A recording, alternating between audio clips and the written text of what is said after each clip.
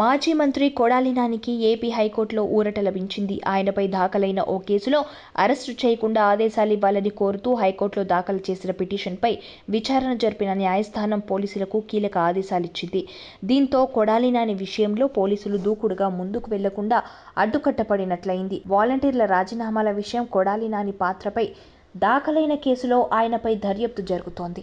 గతంలో వైసీపీ మంత్రిగా, ఎమ్మెల్యేగా ఉన్న కొడాలి నాని తమతో బలవంతంగా రాజీనామాలు చేయించారంటూ మాజీ వాలంటీర్లు పోలీసులకు ఫిర్యాదు చేశారు. వాలంటీర్ల ఫిర్యాదు మేరకు కొడాలి నానితో పాటు ఆయన స్నేహితుడు దుక్కిపాటి శశిభూషణ్, గుడివాడ పట్టణ వైసీపీ అధ్యక్షుడు గోర్ల శ్రీనులతో పాటు మరికొందరిపై సెక్షన్ 447, 506, రెడ్ విత్ 34 ఐపీసీ కింద గుడివాడ పోలీసులు కేసు ఇప్పటికే నమోదు చేశారు. దీంతో వీరంతా అరెస్టు కాకుండా హైకోర్టును ఆశ్రయించారు. కొడాలి నానిని వాలంటీర్ల రాజీనామాల వ్యవహారంలో అరెస్టు చేయకుండా రక్షణ కల్పించాలని ఆయన లాయర్లు చేసిన వాదనతో ఏకీభవించిన హైకోర్టు ఆయనకు మధ్యంతర ఊరటనిచ్చింది. ఆయనకి 41A నోటీసులు ఇచ్చి విచారించాలని హైకోర్టు ఆదేశాలిచ్చింది.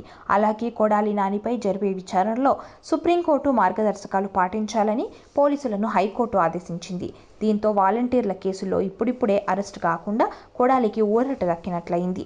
ఏపీలో కూటమి ప్రభుత్వం అధికారంలోకి వచ్చిన తర్వాత కొందరు వాలంటీర్లు వైఎస్ఆర్సీపీ నేతలపై ఫిర్యాదు చేశారు. తమని బలవంతంగా రాజీనామా చేయించారని ఫిర్యాదులు చేశారు. ఈ నేపథ్యంలోనే కొడాలితో పాటు కొందరు నేతలపై కేసులు నమోదయ్యాయి.